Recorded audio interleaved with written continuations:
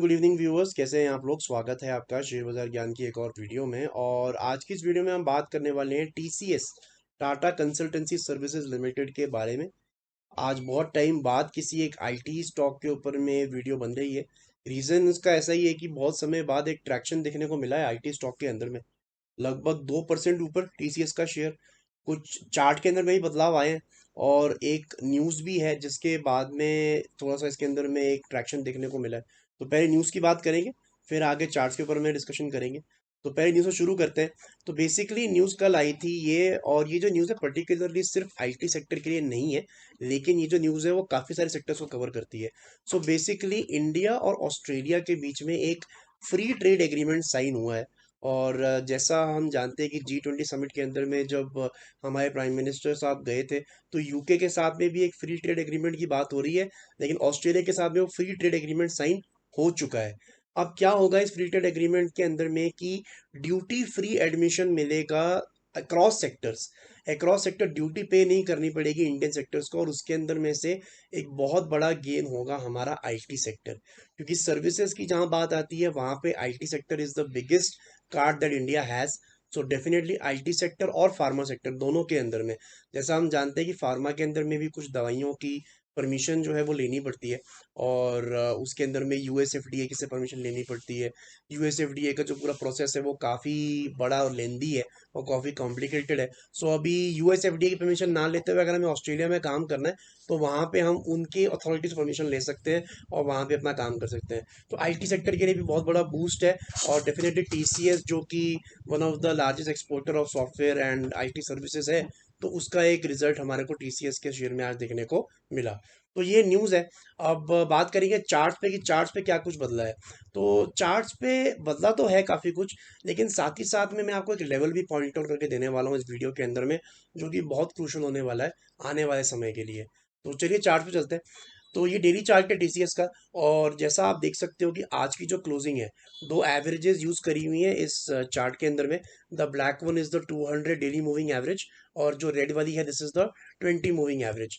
20 जो है आपको शॉर्ट टर्म ट्रेंड बताती है, और जो ब्लैक वाली 200 है आपको लॉन्ग टर्म ट्रेंड बताती है। जिस डायरेक्शन में ये एवरेज होगी उस डायरेक्शन में आप समझ सकते हो कि ट्रेंड चल रहा है लॉन्ग टर्म या शॉर्ट टर्म। तो आप शॉर्ट टर्म ट्रेंड देखोगे तो ऊपर की तरफ है, और लॉन्ग टर्म अभी भी थोड़ा नीचे की तरफ है, बिकॉज इतनी तेजी भी नहीं आई है कि लॉन्ग टर्म ट्रेंड पलट जाए। सो इंटरेस्टिंग चीज इसके अंदर में क्या है कि देखिए बहुत टाइम बाद, इनफैक्ट अप्रैल के बाद में, यहाँ पे जो आप देख रहे हो ये जो पोर्शन है, इसके बाद में आज की जो क्लोजिंग है फाइनली अपने 200 डेली मूविंग एवरेज के ऊपर हुई है। सो दैट इज आफ्टर अप्रैल, मतलब अप्रैल मई जून जुलाई अगस्त सितंबर अक्टूबर और अब नवंबर। तो 8 महीने के बाद में टीसीएस ने अपना 200 moving average, simple moving average ऊपर की तरफ में तोड़ा है। And that is a very big plus for the company. अगर हम पीछे के कुछ महीनों में देखेंगे तो डबल बॉटम एक तरीके से लगाया है टीसीएस ने, लगभग 2900 रुपए के लेवल्स के करीब। और अभी चल रहा है शेयर 3200 3380 रुपए के करीब। तो अभी मैं उस लेवल की बात करता हूँ जो मैं आपको लेवल बताने वाला था। देखिए वो लेवल निकालना बहुत ईजी है, और उसके आपको समझना पड़ेगा कि अभी तक चार्ट के अंदर हुआ क्या है। सो बेसिकली टीसीएस ने क्या किया था, 2021 के अंदर में एक डबल टॉप बनाया था लगभग 4000 के करीब, और यहाँ पे बनाया इसने एक डबल बॉटम, ठीक है। तो जब भी डबल टॉप बनता है वहां से एक नीचे की तरफ में करेक्शन आता है, और डबल बॉटम बनने के ऊपर में ऊपर की तरफ में दोबारा रिवर्स करता है शेयर। लेकिन जो लास्ट डबल टॉप का जो लास्ट लेग था, उसके बाद से एक नीचे की तरफ में डाउन ट्रेंड हमारे को देखने को मिला टीसीएस के अंदर में।